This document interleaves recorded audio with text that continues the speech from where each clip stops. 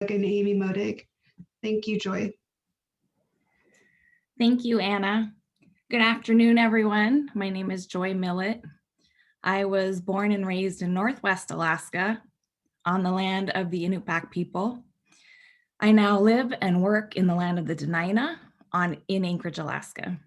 I'm currently the Community Development Program Director for the Rural Alaska Community Action Program, or Rural CAP.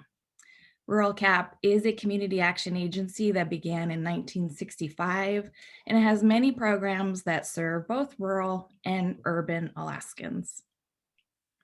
The Resource Basket is a program of Rural CAP that is funded by the Office of Juvenile Justice and Delinquency Prevention. We provide training and technical assistance, just like the Tribal Youth Resource Center, only our focus is for people who are working with Alaska Native youth. I started at Rural CAP almost 20 years ago. Next month will be 20 years. I know it doesn't look like it.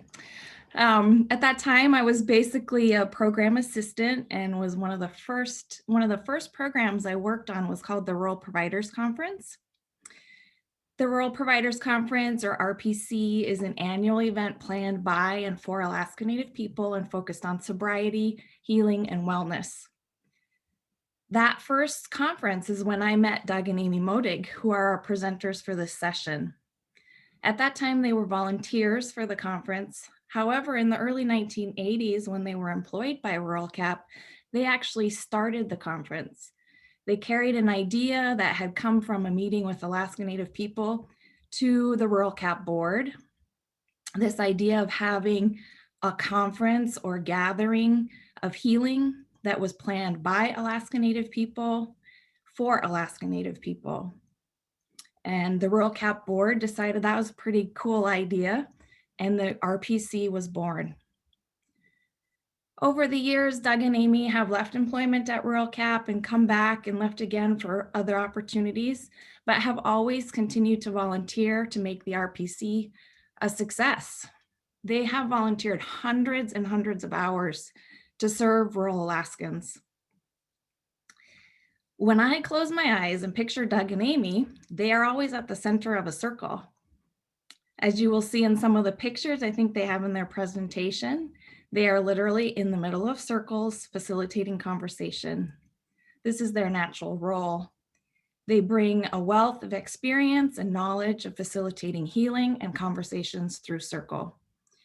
So when I was asked to help put together a session on restorative justice, I immediately thought of Doug and Amy. They have been working in restorative justice and healing to wellness systems for decades and are always willing to share their knowledge and expertise. Their formal bios are in the conference program. With that, I want to thank Doug and Amy for once again being willing to share your knowledge and your experiences with us. And I'll hand it to you, Koyana.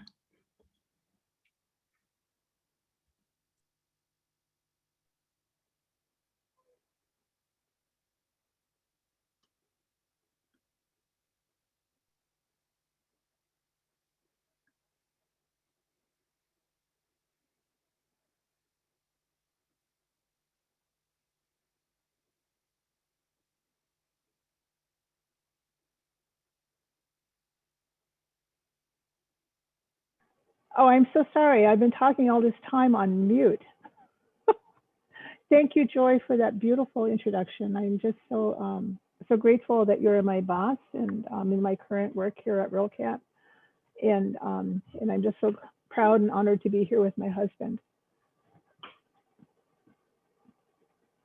So next slide, please.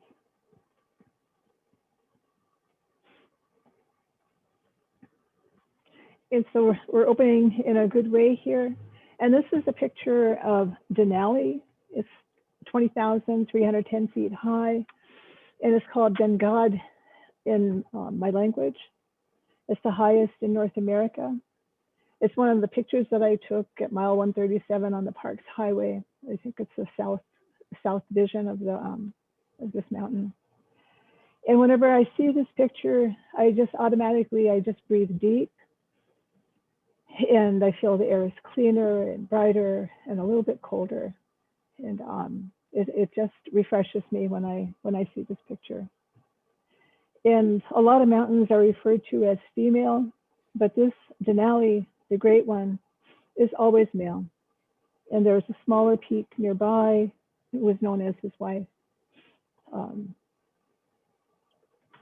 this is a blessing from our elder. And I wanted to thank Rose Margaret Arencia from the Yaqui tribe doing the opening blessing this morning. It was very, very beautiful. And I wanted to thank the young people for sharing.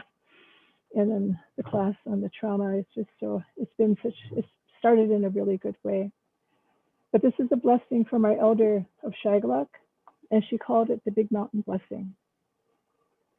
And I'm learning my language, so forgive me, my ancestors, for this pronunciation. But Anachsa Deloy Chukskudu Dang Itan Da. And that's become like the big mountain, live long to benefit the people. And that's what we're trying to do, is to be good elders and walk in this good way. So thank you. Did you want to say anything, Jared?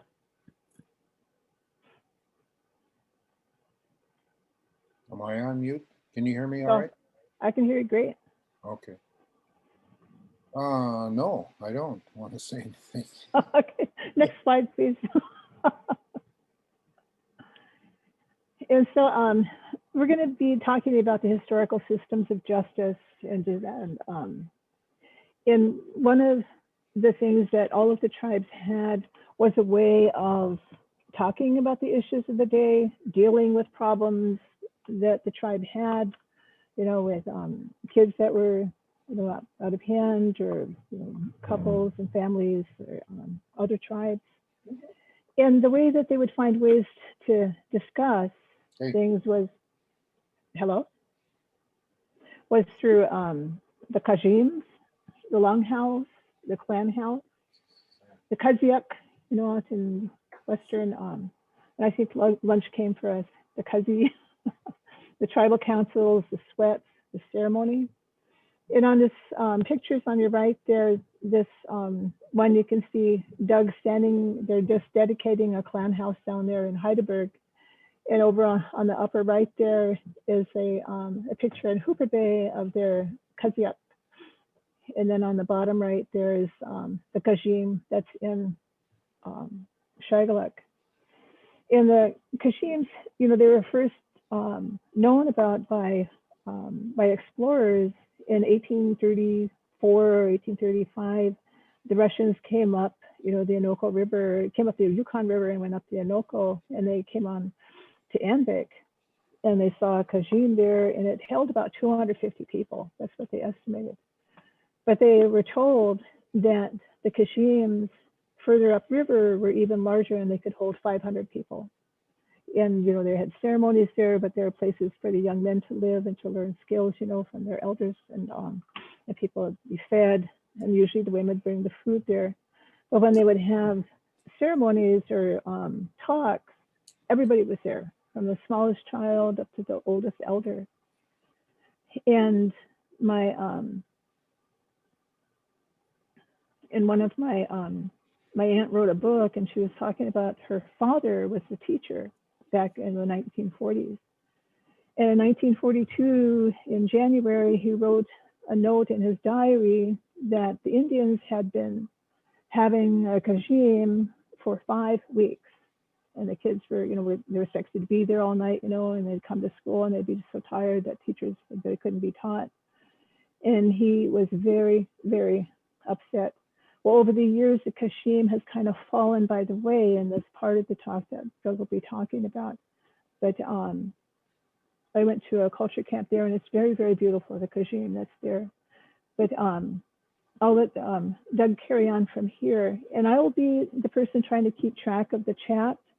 So I know Anna will also to make sure that nobody is overlooked. But I'll turn this over to Doug now. So the just as an addition to the introductions, in the manner of my people, they always ask that I say my clan name, and I am from the Eagle Clan from Southeast Alaska, and so there are 4 different clans in my tribes, the Tsimshian tribe, but the language that we speak is called Shemalia. And so, I would say to you, the land which wishes you, carries with it meaning, but asking that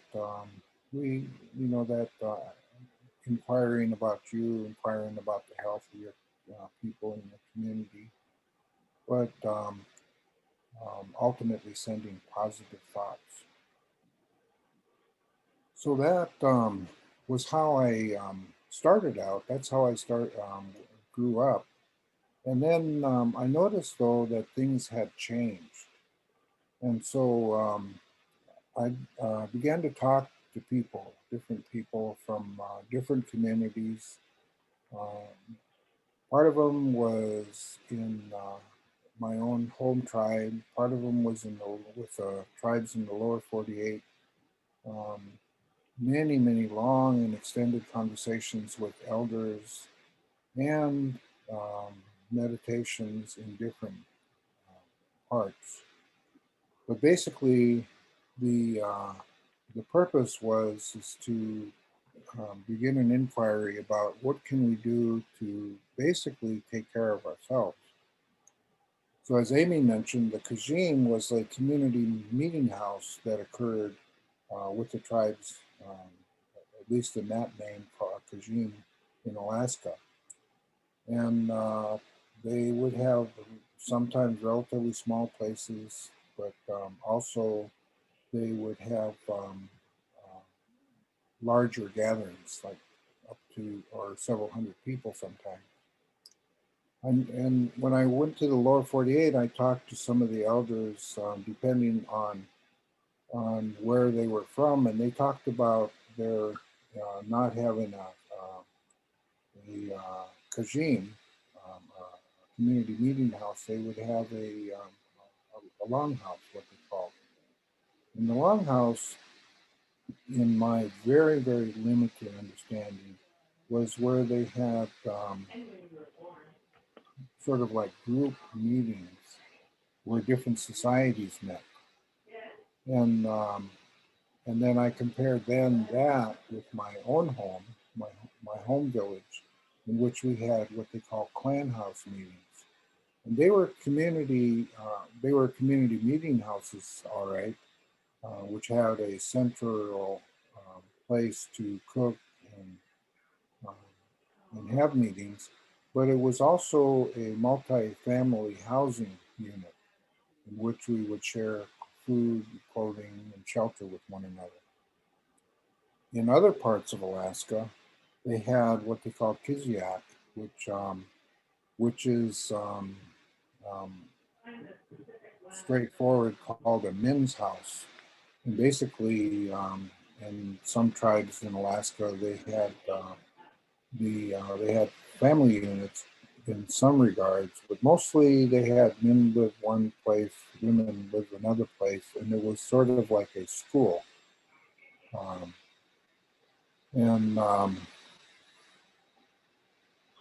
so that some say that they had a men's house where they taught the young boys, they had a women's house where they taught the young girls, and they had different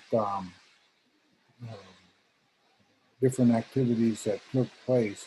But basically what they were houses of learning. And so that was part of our traditional upbringing. As time went on, there or inside these dwellings, if you will, they had the leadership, which they call, which in modern day they call them tribal councils, and basically tribal business was conducted, and they tried to address issues that were related to the community as a whole. And I'll give one example, and that had to do with or at least the one that I witnessed, it had to do with a family that had originally had several young children involved. Whereas before they had a older older children and their father, but the older children and the father had gotten killed in a boating accident, in a fishing accident, and so then the place that they used to fish was too dangerous for the little ones. And so they had a discussion in the community in which they decided that they would trade fishing spots and camping spots with another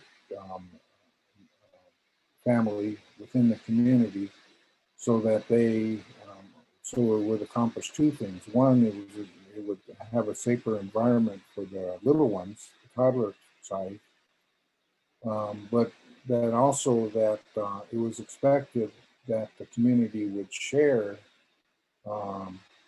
some of the food that was gathered with that family, where if it was too dangerous for them to be able to do that. The other historical system of justice that occurred had to do with sort of like deep meditation and meetings that we had with medicine people.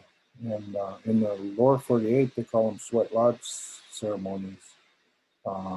In Alaska, they were simply called steam house, and depending on the tribe,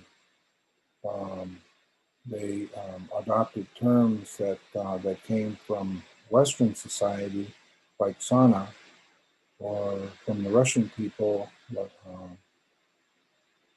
like banya or mokhe, from the indigenous people and the Yupik. But basically what they were, part of it was a practical part. The other part was to begin to dispense medicine in the form of can't remember the word, the smudge, the smoke. The other part was with conversations that they had with people when they were having difficulty. But they had a way. They didn't wait until people. They didn't wait until people had problems. They tried to solve problems before they happened. And so they had several different kinds of ceremony during that particular time.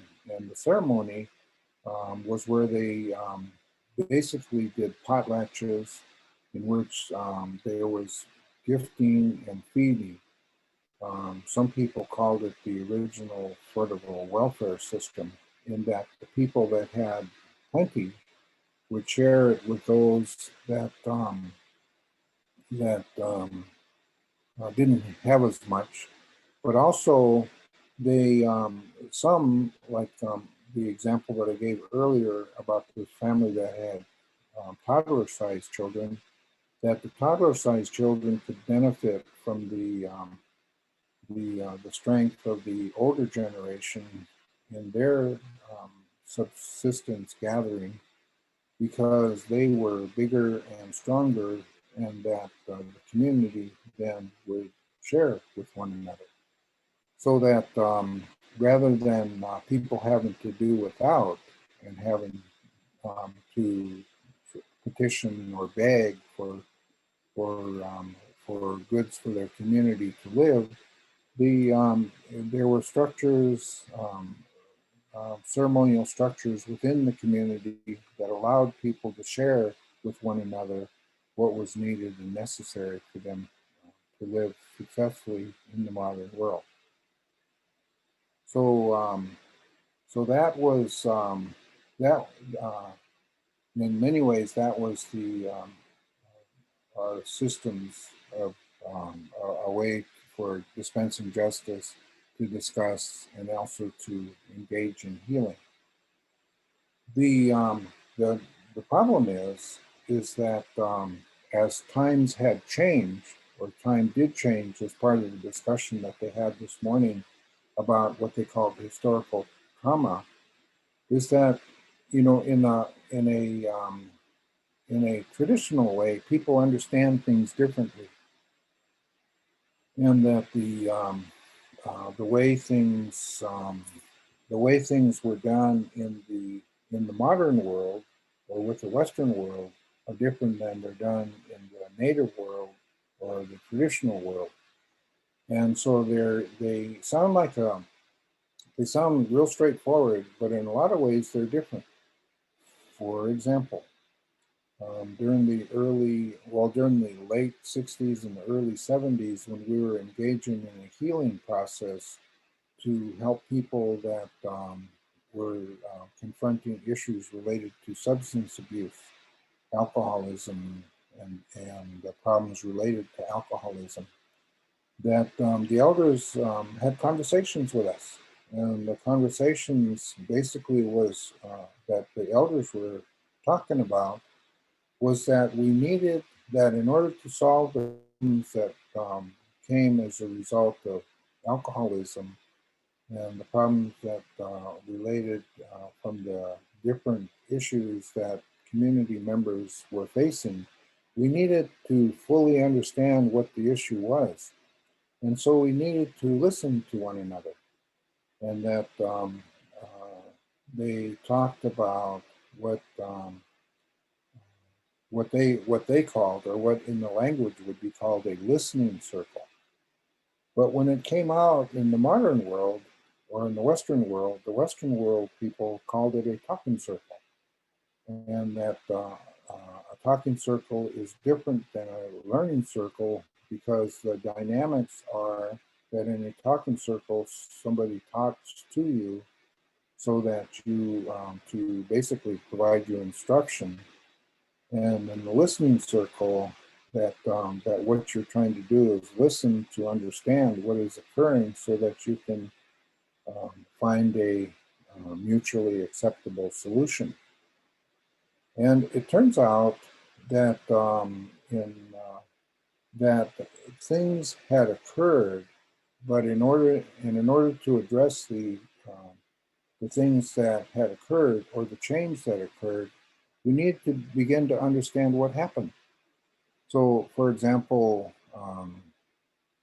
one talks about the tribes that used to be fully self-governing were actually dependent nations to the U.S. government, so that what we said was okay as long as we got Congress to agree with what we said. The implication of that is that you know, basically what we did and the role that we played in our leadership of our communities actually was governed not from our chiefs and our councils, but from the fathers that lived in Washington, D.C.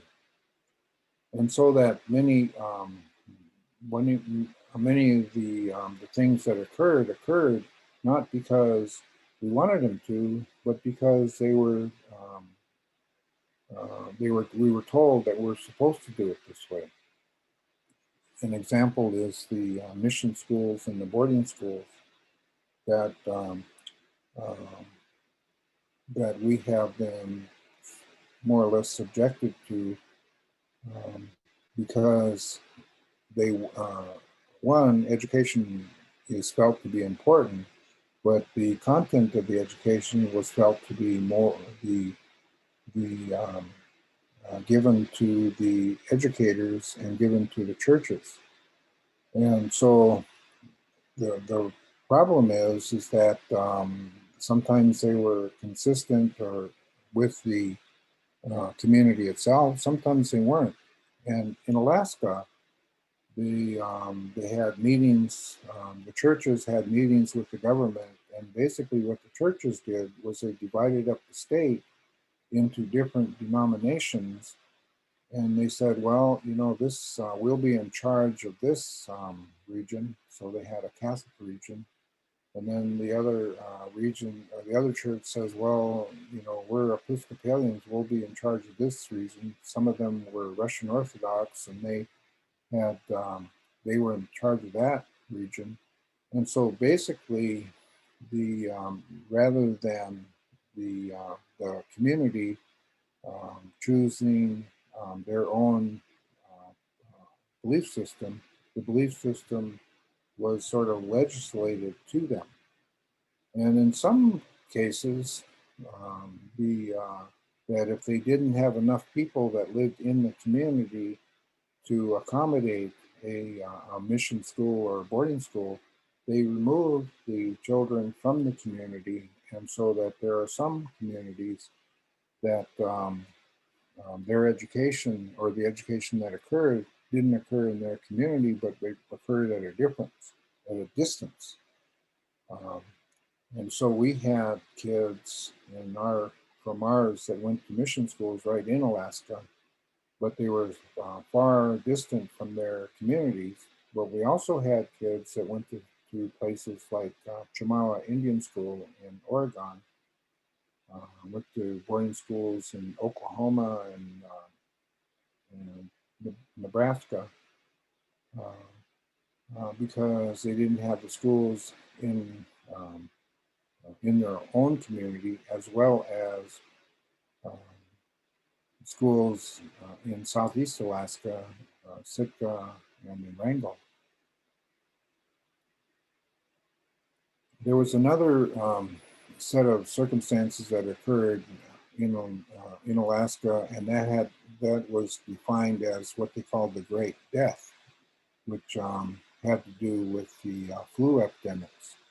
And so, it was pretty devastating to communities in that they lost some communities had lost generations of people, and some communities lost all the members of their communities.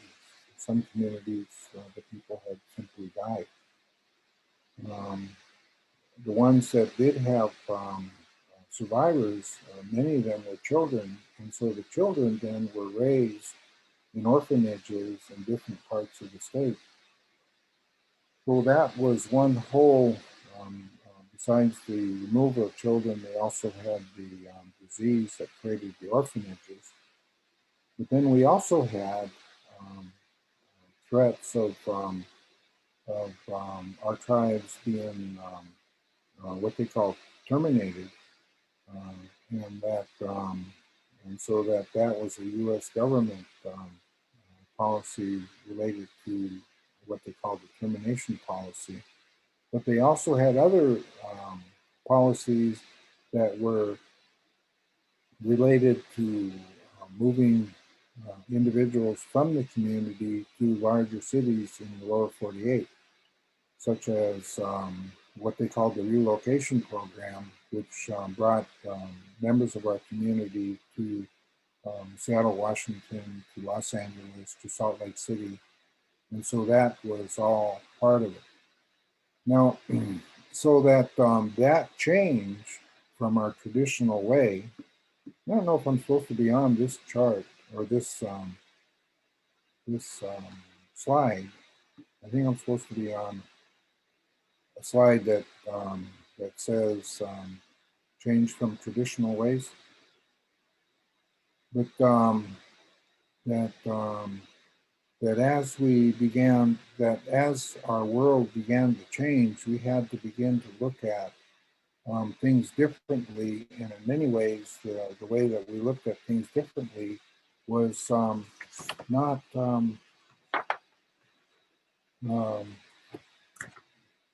consistent with the way that we were thinking. So there was one more, and this one has to do with the differing goals for justice. So I want to move to the slide that yes, that slide. That the thinking of the Native people in Alaska had to undergo a different set of concepts because the Western world thinks different than the traditional native world. So when you think about differing goals for justice, for example, from a tribal sense, from a tribal point of view, what we were trying to do was we're trying to restore balance. We're trying to bring peace to the community. That that the way that we went about it was that we used circles, which meant that we were able to be face to face with people. And even though we did have what tribal councils or leaders of the community, basically the leaders shared power with the community, and that it was based on respect and sort of the influence model. And in the modern or the Western tribes, that basically what they wanted to do is they wanted to establish authority and to force compliance to be the way that it's supposed to be. And so they used different ways to force compliance, including shaming people and blaming people, and using what they called the punishment model, which included as part of their system incarceration and fines. And so, on one hand, in our Native communities, the goals that we sought for justice were different than the goals that we traditionally were seeking. So if you look at the tribal system, for example, you wanted to restore balance. And so that in order to restore balance, we're also trying to restore the community in many ways to where it was, but also to let people know that they're a part, that not if they're a part of they're a problem, they're also a part of the solution, which is thinking, which is different than the thinking that is done in the Western system. And so that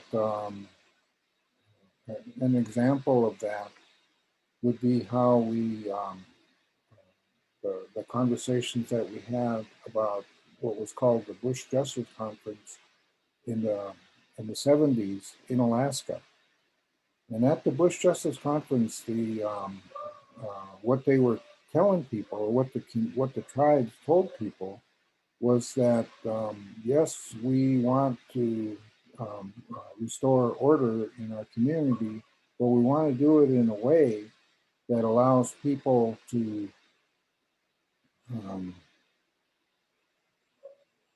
come to, basically agreement about things. But we want to do it we want to develop that process from the inside and not have it imposed from the outside. And one of the ways to do that was to have the tribal councils be in charge of the police authority, the village police officers. Well, within the context of the tribe, it made perfect sense. But within the context of Western society, it doesn't make sense because somebody has to be the ultimate authority.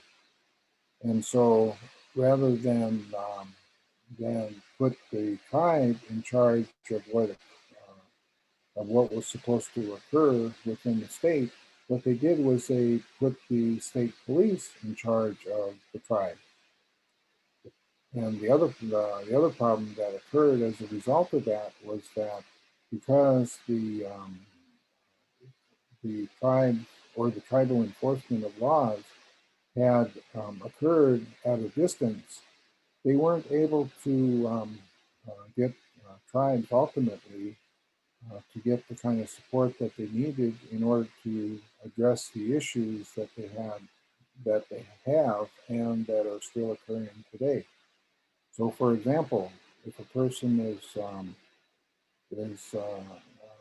runs afoul with the justice system, that what they're doing, or what they try to do, is they call the police, but the police can't respond or won't respond because they live too far away, and that some of the issues that they're attempting to address, they can't address, or they won't address because they're gone. There are some real live examples, but a tribal council, for example, would call the state troopers and say, well, we have a person in the community that's drinking too much, but the troopers won't come to the community. You could report something and they won't show. They simply won't be there. So so that is not real. So that is what the state of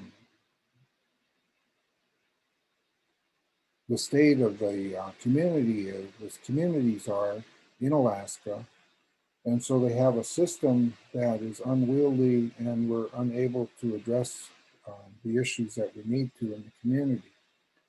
So when we go back then to the idea that we need to do what we need to do to take care of ourselves and to restore balance, that we begin to understand that our goals are different, that we have differing goals for justice, and that even though we're trying to do something, we're trying to solve the same problem, we're not able to do that in a way that is effective.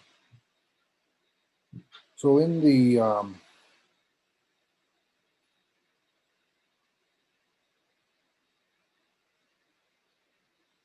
lost my place.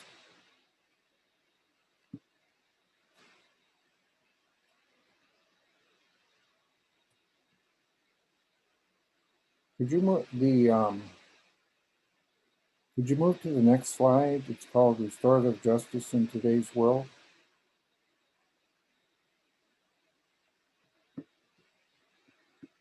I have a technical question here to ask.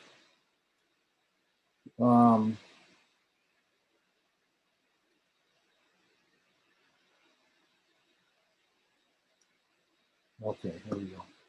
So there are four different pictures in the slide, and when you look at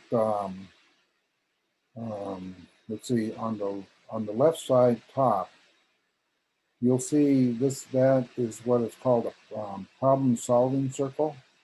Now, in that particular slide, what you have are people that have some notion of what is occurring within the community, talking about and trying to examine what had happened within the community.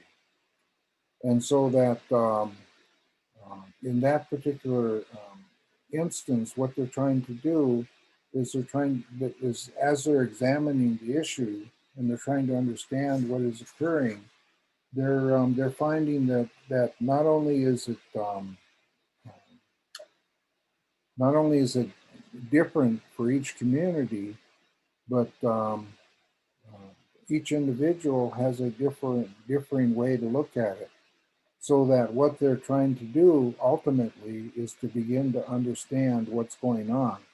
And so they're talking about it until they can ultimately reach a specific definition of what has occurred.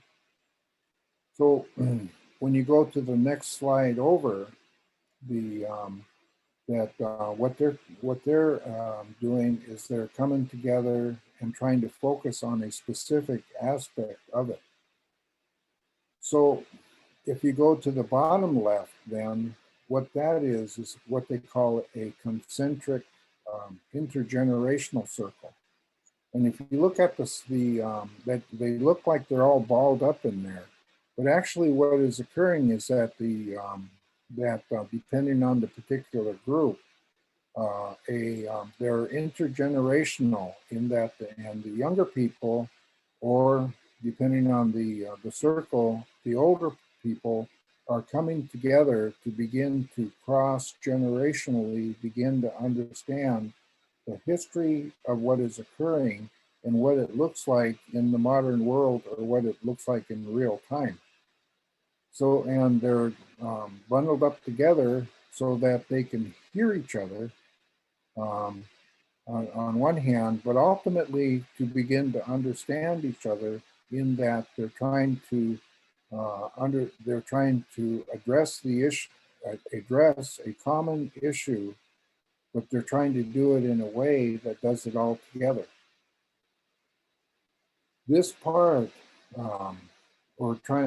attempting to do that in this way, doesn't occur a lot in modern society, because what happens is that most people are lined up in theater style or classroom style, and that somebody is talking at them. And what they're trying to do in these concentric intergenerational circles is they're trying to solve problems together. And so there'll be a lot of conversations back and forth so that they can understand what is, fully understand what the issue is. But then they're also trying to come together to begin to understand what they can do in order to solve it. On the bottom right hand, that's my son Charlie, or our son Charlie, and what they're engaging in is what they call a potlatch. And at the potlatch, there are two parts of the cultural imperative that are occurring. One of them is that they're feeding the people. The other is that they're gifting the people. But the idea is to show and demonstrate an intergenerational practice of our culture and demonstrate the meanings of it without showing people how to do it rather than telling people how to do it. And so when you think about an earlier slide, it was built into it was built into the ceremonies that we did, that we shared with one another and gifted one another, so that we could practice our processes within the community, but at the same time demonstrate it in real time.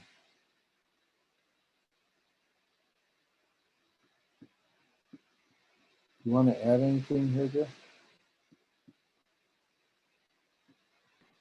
Yeah, what I think all these pictures show is that our own tribal systems were based on mutual respect, and that understanding, what the problems were, rested with the people who had the problems. And so, it wasn't from an outside judge, who would determine what was right, what was wrong, what was just. It was determined by the people that were affected by it, which is what I hope we're moving towards.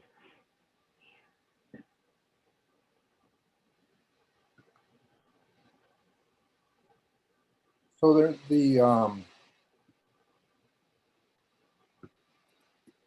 one of the difficulties in working within this kind of a context is that there's I have done a lot of talking, and but it's real difficult to help people or trying to understand if people are understanding what I'm talking about. And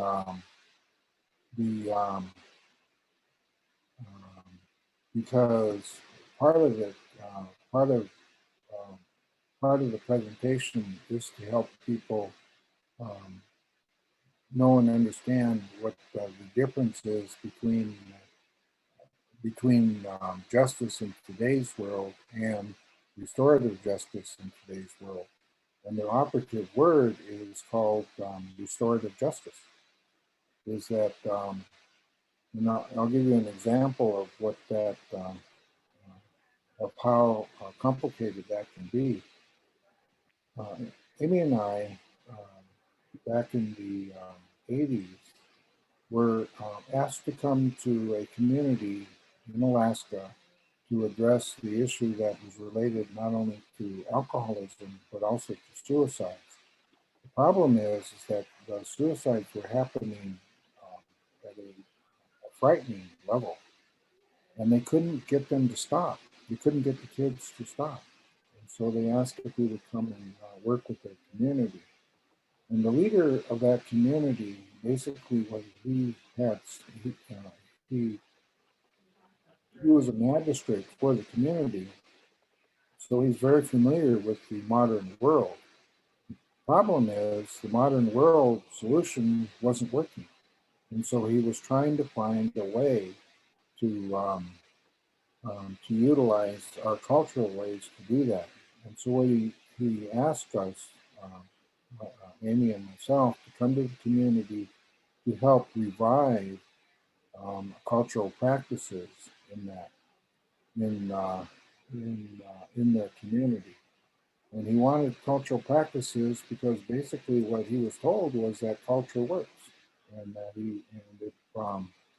if culture works, then what about our culture would help to do that. And so part of it, the initial part was just to begin to understand what was occurring in the community. And so we needed to have community conversations or listening circles. And so we started out with a community-wide listening community circle. And what happened was one of the members of the community got up and he said, if you begin to go back to your cultural ways, basically what you're doing is going back to your heathen ways. And that we live in a time when we've outgrown basically our heathen ways, and so we don't want to revert back into our primitive ways.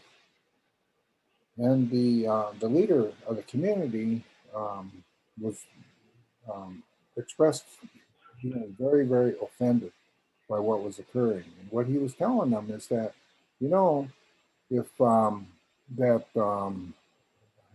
you're Doug and Amy are invited guests in the community.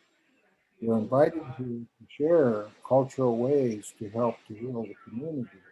You, who was talking to the person that was basically trying to say that we should do things differently, you are an outsider, and you're an outsider and come from a society that is here to exploit the minds of the people and exploit the resources from the community, and don't necessarily really know the community, but are here to utilize the resources of the community, and ultimately are not interested in the restoration of our restorative ways.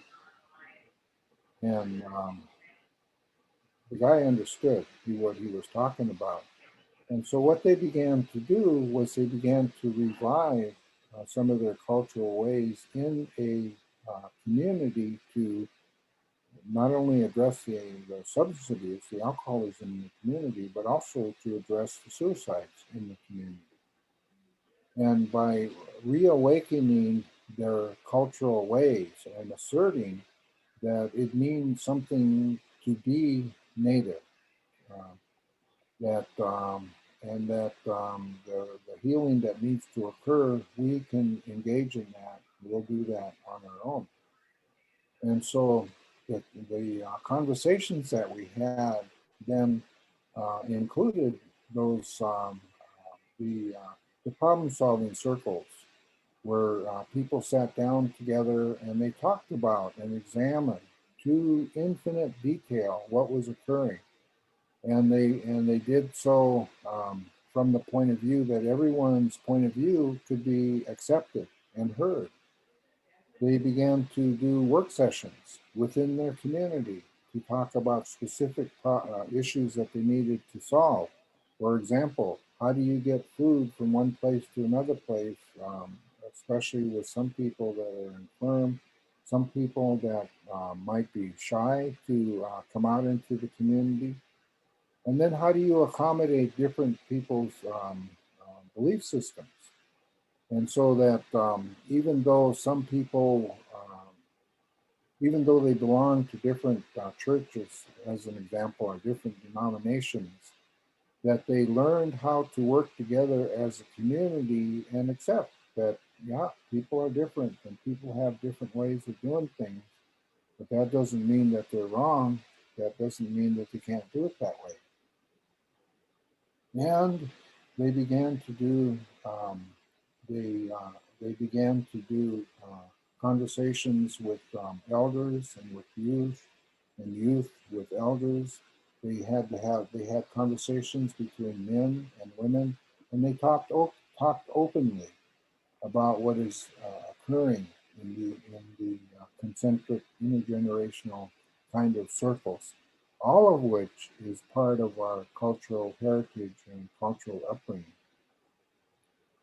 And of course, they had feasting and gift giving, and that occurred within their community. And it was kind of interesting in one regard, in that they were able to basically address the issues, the really hard issues, such as substance abuse and suicide within their community. Now, they don't eliminate it completely, but they do have a way of addressing those things from a cultural context that allows them to share with one another not only what occurred there, but also what they could do. And so the restorative justice process that they use not only grew from that particular community, but it grew to include other communities around the state, and became part of what they do in different parts.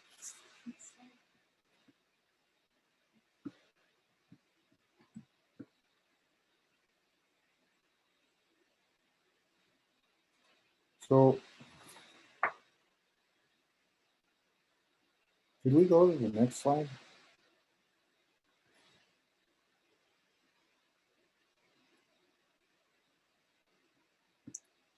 So this part, and I'm not sure how this is going to work. There has to be some kind of interaction, that we occur, because there has been several different different experiences that we have. But I'm also wanting to make sure that we reach or that we answer the questions that might have come up with this.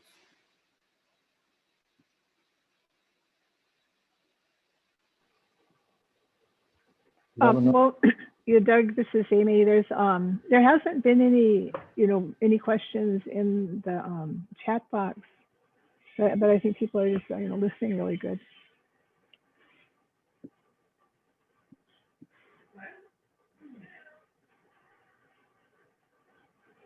I just turned on my phone, so off of mute. And maybe you can, share some of your experience with the healing to wellness courts, and the kinds of things that have happened, that are actually, attempting to work, in the different areas of the state and the country. Sure. Well, I know Doug posted some questions there on the screen. I want to thank you very much for sharing, both of you, and words are encouraging to hear that we do want to embrace those traditional ways and those ways of engaging with each other, especially in the context of healing and affirming our youth in choosing a path that's healthy for them and turning away from those substances that are causing them harm. So I very much appreciate what you shared, and we'll just keep monitoring the chat because I know there's some questions about what's working in communities as far as healing to wellness courts. I know we have many of our healing to wellness court tribal grantees that are present today, and then many other tribal youth programs who are developing initiatives all across the country here in the lower 48 and then also in Alaska. So would love to hear what you all would like to share about what's working in your community, and then questions for Doug and Amy about some of the processes that they've been able to engage in communities in Alaska. So I'll just pause for a little bit, and I think I see some chat coming in, Amy. Yeah, so Doug, there's one in the question and answer one where they want to know if you have a family that doesn't know or understand the restorative justice healing circle format, do you have any extra advice on how to bring them to the circle in a good way?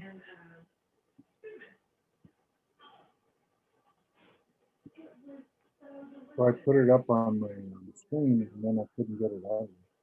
Sorry about that. Okay, so let's see. I'm seeing like two different sets. One is from Caroline. Yeah. Well, the one that I read to you was from Mark Petrie. Okay. In working with families who do not know, understand the restorative justice healing format, do you have any extra advice on how to bring them to the circle in a good way? Well, you know, pretty much go talk to them person to person. They don't need, you need to stay focused on the specific issue that they're trying to address. For example, you know, if they're drinking too much, they need to be, you know, just told that, yeah, we noticed that you're drinking too much. And but the other part, and the part that I found really most enlightening, was that there's two sets of information that needed to occur, especially in the beginning of the Healing to Wellness Court discussion. And I'm talking about initially in the early, like I started working with the Healing to Wellness Court in the 2000s, the beginning of this century. And one of the things that I noticed that was really difficult was that the Healing to Wellness Court practitioners didn't understand what they called historical trauma, which is one of them. And the other thing they didn't understand was ACEs, adverse childhood experience. And so that as the implication is that because they didn't realize that the participants had been traumatized or had been living in trauma, and so that they looked to the Healing to Wellness Court as the quote unquote authority, that they didn't feel like they could have advocates with them. And but if you dig sort of deeper, that you begin to understand that the whole notion of the Healing to Wellness Court is to begin to work with individuals in treatment and to reach out to understand. Probably, so in a direct answer to that question is how do you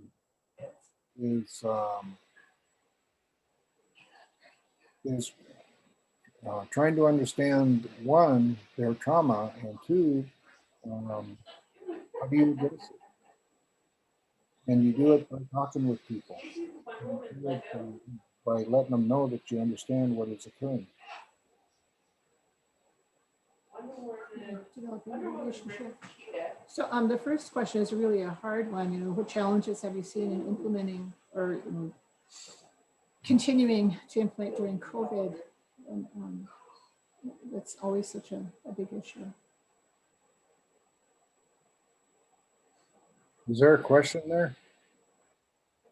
Yeah. Well, I think that could be probably answered at a different place there. Well, you know, there's an Oklahoma. you're talking about how do you do this during times of COVID? Is that what you're asking? Is that what they're asking? Yeah. So remember when we started out, this is particular to what they call the Alaska sobriety movement. the Alaska Surviving Movement, and we shared it with people in Alaska, and then the people in Alaska shared it with people in the lower 48, and ultimately there were several resolutions passed that basically ask our leadership to not support alcoholism and that to demonstrate recovery by being in recovery. And basically, that's the short message. That's the approach that we use. But during that time, we didn't have meetings. You know, we had telephone conversations and we had teleconferences. Yeah, I forgot I told my friend. And so during that time, that Talking about how hard it was to living do, with COVID thing. I think I'm talking over somebody. how hard it looked. Like it can be. I think I'm talking over somebody, or because I can hear somebody talking as Yeah, well. that's my microphone and the kids are downstairs. But I'll mute it now.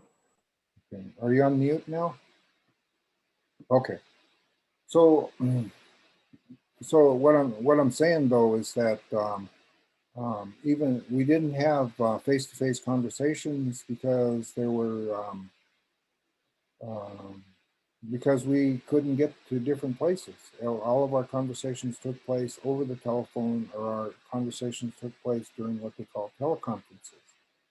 So that, and there was addressing the issues related to substance abuse is exactly the same as addressing the issues that we're doing during COVID. Alcoholism didn't stop during the COVID time.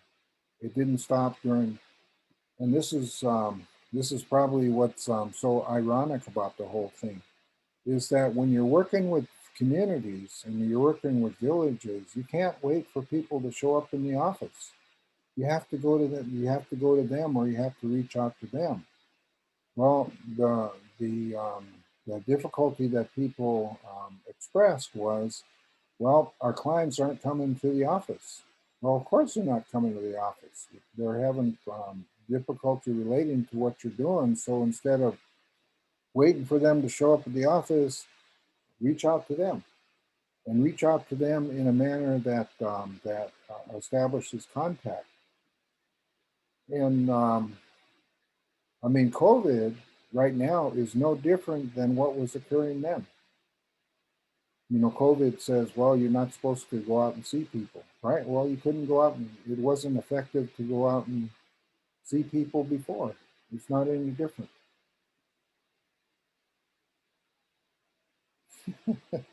Am I scolding people about that? You know, because it's the same issue. It's the same issue about people not showing up to the office. Well, of course they're not showing up to the office. You have to reach out to them. And that's how you begin to address the issues. Yeah, that's a really good point there, you know, but because we might endanger each other, you know, by being in contact, you know, it makes it into a little bit different area. But meantime, you know, our young people need to have some kind of hope and direction and space, you know, regardless of COVID. So we have to figure it out, you know, put the mask on, wash your hands, you know, have the distancing. We just have to live in the world as it is. But I'm looking at all these different comments, and they have some really great ideas of how they're dealing with these different courts. And so I'm looking, I would invite them to show up on Friday, and maybe we could have this kind of like sharing learning circle with, because I think we can open up the mics in. But one of the questions where someone's asking for information is from E. Talley saying, what recommendations do you have for tribal courts working with state operated programs and helping making referrals upstream? We only have a few minutes. And at $21.99, probably will do.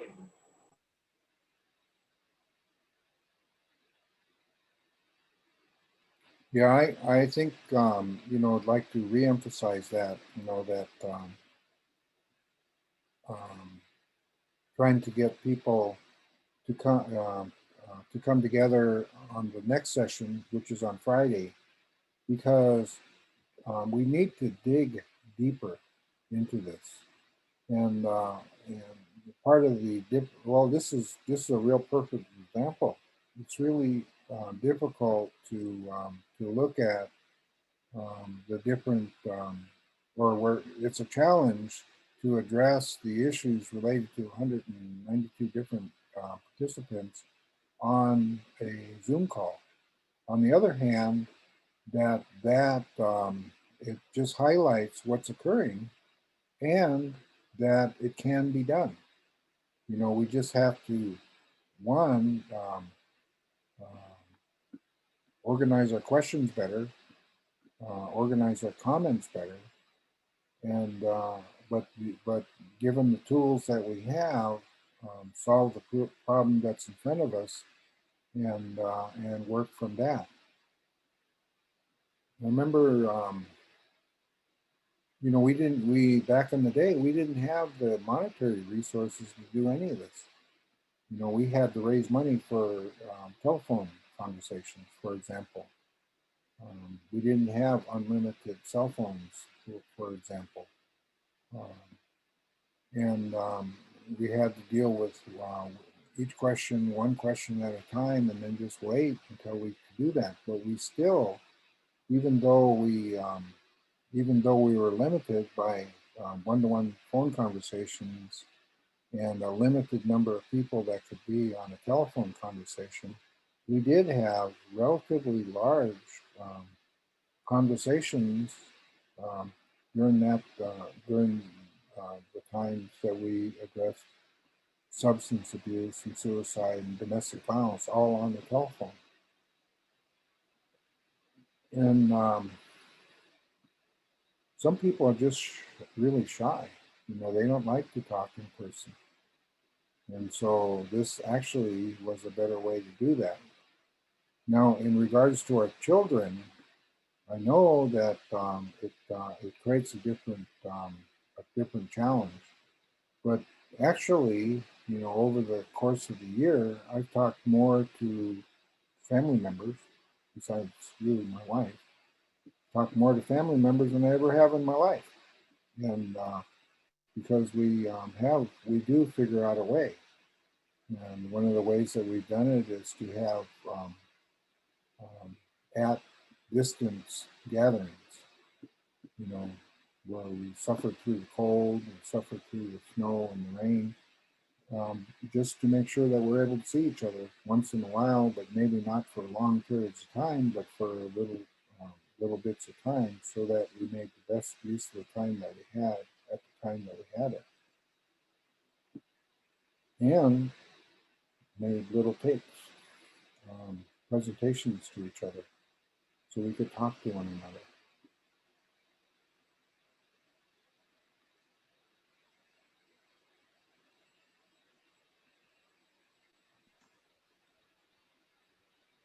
Yeah, thank you, Doug. There's some very good comments in the chat. And I wanted to ask Anna and Laura if these comments could be saved. I can't copy them and paste them into my Word document. They're just not copyable. And if I could have a copy of these, I would appreciate it. But we're going to have to start closing down because we're going to be, you know, there's other people depending on this time here. But I would invite people to bring their questions to Friday's session for the deeper dive. And we'll try to organize our thoughts in response to this conversation that we're having now. Thank you. Thank you, Amy and Doug. And I would just build on, I noticed one of the things you shared, Doug, was talking about using these circles to address multiple layers of issues within families. And then we also know that there are multiple layers of issues in communities trying to develop some of these processes to support their youth. So I appreciate a lot of the comments I see. Those can be shared again on Friday when we do a deeper dive into this discussion. Very fortunate to have some additional time to work through some of the comments and the questions that were shared. And then also wanted to invite and address the question related to tribal state relations. I've seen some really wonderful community partnerships between juvenile healing to wellness courts and some local county partners that are starting to occur and build some agreements to support tribal youth moving into the tribal court system rather than moving further into a state court system. So we're very excited to share about that during our tribal state panel this week. So I would invite you to listen to that session as well. But as Amy shared, we are moving towards the end of this session. So we would invite you to participate in our evaluation. So thank you again to Doug and Amy. Thank you for attending the Restorative Approaches and Cultural Integration in the Juvenile Healing to Wellness Court session. As a reminder, there is a link in the chat pod. Please take a moment to complete our survey. There is also a sign that links to session evaluations in the main virtual lobby. Your feedback is greatly appreciated. If you have been unable to join a session that you are interested in, a recording will be posted on the platform and will remain up until April 30th. After this time, you may find recordings of all conference sessions at tribalyouth.org. And again, I want to thank Doug and Amy so much for sharing their thoughts, sharing their wisdom. And I look forward to Friday and having an additional discussion time with them. So thank you again.